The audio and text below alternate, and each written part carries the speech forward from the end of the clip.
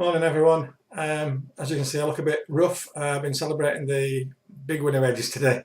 But welcome back to the betting league anyway, to the daily webcast and the fourth and final day of the St Ledger meeting. So I even sound a bit hoarse, don't I? We're a nice winner yesterday.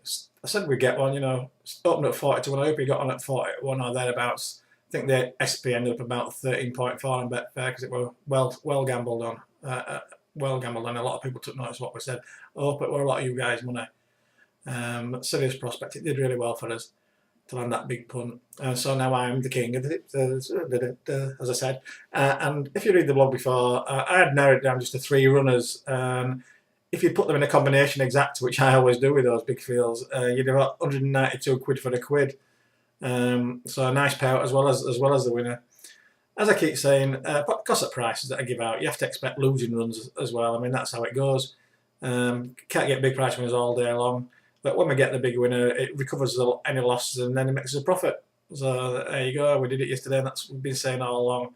I did say as well yesterday, ironically, that I thought yesterday was going to be the day that we'd win, and 2 right, even though it weren't exactly the one that I thought were the better bet of the ones, because I've got to eat a bit of humble pie, really. Regal Realm, my banker of the day, and the banker place, Lay Fallen, for you both got overturned. Cost me about 25% of my winnings from serious prospects, so a bit sick about that, but got it wrong. Hold my hand up. As I keep banging on about, you shouldn't bet in fillies races, and yesterday, having those banker bets in the fillies race, broke my golden rule, and I should know better, so it's a slap on the hand for me. Shut up in future about fillies races. Anyway, on to today's racing. Not much rain where I live, near course, so I got to expect they're going a little dried out a little bit with the wind we had yesterday, and there's a little bit of a breeze today, so I'm sure it'll ride a little bit quicker than what it did yesterday, and it'll bring in the horses with a bit of speed more into the equation. So on to the first race of the day, the 205. It's not really a race to bet in. It's likely to turn into a tactical race, and I think the ground's going to be the key here. The favourite, Antifada, has never run on going so quick, so I don't know what to expect. So, I mean, when someone's favourite, you want everything in its favour. And around even money, I wouldn't be laying or backing it, but not a betting race, as I say.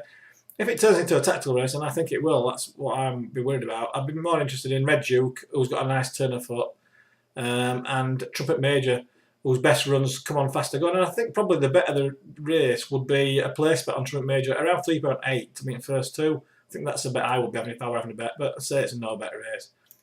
235, a nice wide open race with just the 22 runners to sift through, so here we go. I think that basically we need a hold-up performer that's going to be shielded from the bit of a headwind. And another point to remember is that it's over 5.5 furlongs, and as it's done all week, the last half furlong just changed the results. I think Waffle, even with a visor on for the first time, and Richard Hughes, a good jockey booking. I think he needs soft going. I think that's going's in against him. So and it's poorly drawn. I think the low numbers aren't going to be favoured here. Zero money did us a favour last week, but I think it's poorly drawn, and they'll be trying to make the run into a headwind, and there's a few other runners around him, so he's going to struggle to get there, or he's going to have to go a bit faster than he wants. And I think that even though he's won over 6 furlongs before, I think that he's having to go a bit faster over 5 furlongs, and it just takes a bit out of him. And I think that we're coming to end of his tether last time, so this extra half furlongs having to go a bit faster than what he likes. I'm not sure if he'll last now. And again, he's had a rise in the weights for that win as well, so he's going to struggle to get early lead and last out, I think, I'm not sure Swiss Dream will have speed to go with these. This filly needs a bit of cut, and I think 6 furlongs to be at the best. Confessional is another one of speedster. They'll be better suited by this return to faster going, but I think he'll be struggling to keep up with the pace with so many competing for this early lead that are closely drawn to there. I'm sure Richard Kingscote will be fuming about getting jocked off Brown Panther, what he would have thought would have been his big ride. I don't think he's done anything wrong. And I'm sure I'd love to get a winner today just to advertise that he's a good jockey. But I don't think Joe Packett will be good enough. I've narrowed it down just to 4 runners that I think can win today, but to find out what they are and see if we've got another big prize winner, you need to be a member. So get your hand in your pocket and subscribe. The 310, the St Ledger, Mass Marvel, I think, looks to have it all to do so far and what he's achieved, and it's not for me. And I think even with Kieran Fallon taking over the ride on Brown Panther, I think his form's levelled up a bit now, and I think that I don't know. I don't think Kieran or the faster going to bring about enough improvement to win this. Apparently, they left a bit to work on Seville when they were beaten favourite at York last time. I think it was at 6 to 5. I wish they'd have told us all before the race, but anyway, too late now. They said they're having just getting a run into him with an eye to bring him to today's race. But 10 lengths is a lot of ground to make up from unimpressive winner Sea Moon. Longer straight will suit Sensor, so I think seems to run on and off the bit a bit, and tends to get a bit behind. But once he gets going in motors, but whether he's good enough, I'm not too sure. Blue Bunting can have done no more than win the 2 races. She won 2, what I would think were weak Group 1 races. You know, all the runners were clustered together. Nothing were outstanding. There weren't any exceptional horses. I think today's different. I think there's probably 3 proper Group 1 horses in this race. So I'm going to have a place on Blue Bunting at around 1.7. And then I'm going to put most of the wins I won on Serious Prospect yesterday. I'll be going on Sea Moon. Because I think Sea Moon is as good a bet as you get at 2-1. Not many horses at 2-1 that you think's got the chance that this one's got. They're saying there's a worry about the going, but I mean, most of the Edge Prodigy go on this type of going, and it'd be lovely going. There's been no jar in it. There's been enough rain around it. There's no jar in it. So easy confidence selection, and it's another free one for you guys because price is too short to keep for my members. 3:45 again, a race where I think going's going to make all the difference to the outcome. I think Sarsa's run fast going today. He's run poorly, so he won't be for me.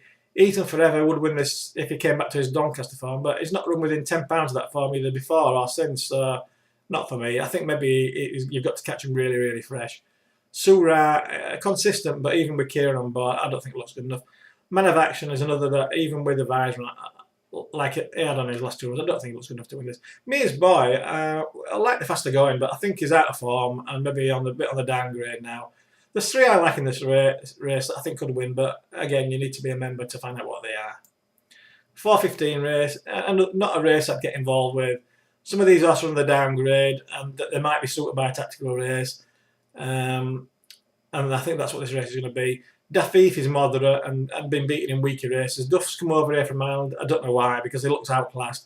The only thing you can say is he's got the visor back on, but it's a big leap of faith to think that he's going to come back just because of that today. I mean, I know he's run well in this race before, but not for me. Premier Loco needs everything to just throw up right, and Chica looks very beatable, so not a betting race. I've no idea what will win that one at all.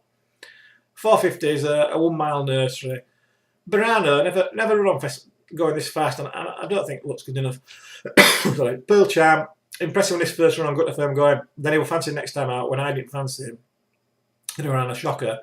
But he seems to have gone backwards since then. I mean, if he comes back to his first race form, he would have a chance. I can't have Anjaz at the prices. He's never run on turf. It was a weak Kempton maiden run a slow time, so definitely not for me. Repeater won last time. I think he hung a little bit on the track, but it was a weak race, and he'd need to improve to win this. Amazing Storm seems to have improved for running on slower ground, so I just wonder if today's going might be against him. Pride and Joy has improved since being stepped up in trip. I know last time we were on soft going, but it could be the distance as well. I think that maybe stepped up again, if I had a bit more improvement. But it's not really a betting race. 3 that I'd be looking at would be Pride and Joy, who I've said. Moon Trip won well the other times I've encountered on fast ground. It's a typical Mike Johnson horse. I keep going on about. Out of form, runs poorly, runs really good, runs poorly. And that's just the sort of horses that how he trains. And it's fast ground again today, so it would have a chance. Captain Cardington, he's got a nice weight down the bottom. I think he'll appreciate this step up in trip. He missed the break last time and never got into the race. So the step up in trip and the faster ground, I think, he should a bit of improvement. But I won't have any bet in that race. And the final race of the meeting, and the final time you'll see me this week at Here Big Latier, it's another no bet race. Runners are all very evenly matched, I think. Silly Dancers better on the all-weather. Picture Editor, I think, has got a bit to find on his form that he's shown so far. Agent Archie won well previous run, then ran flat. They've put a hood on him today, but I ain't sure about the 12th runs today for him. Tep McKeer is consistent, but needs to produce a lifetime best to win this. I think the 2 down at the bottom of the race between him, Midnight Earl and Swift Alath. But I couldn't be confident about either because Midnight Earl seemed to find a bit more form for the going, so it might be too fast today. And Swift Alath, trained by Mike Johnston, what more can I say? So it's not a no bet race. I hope you've enjoyed these webcasts, and as you'll know if you're looking regular, we do them every Saturday now, as much as I can anyway. So please look in on a Saturday and see what we're saying and see if we make you some money.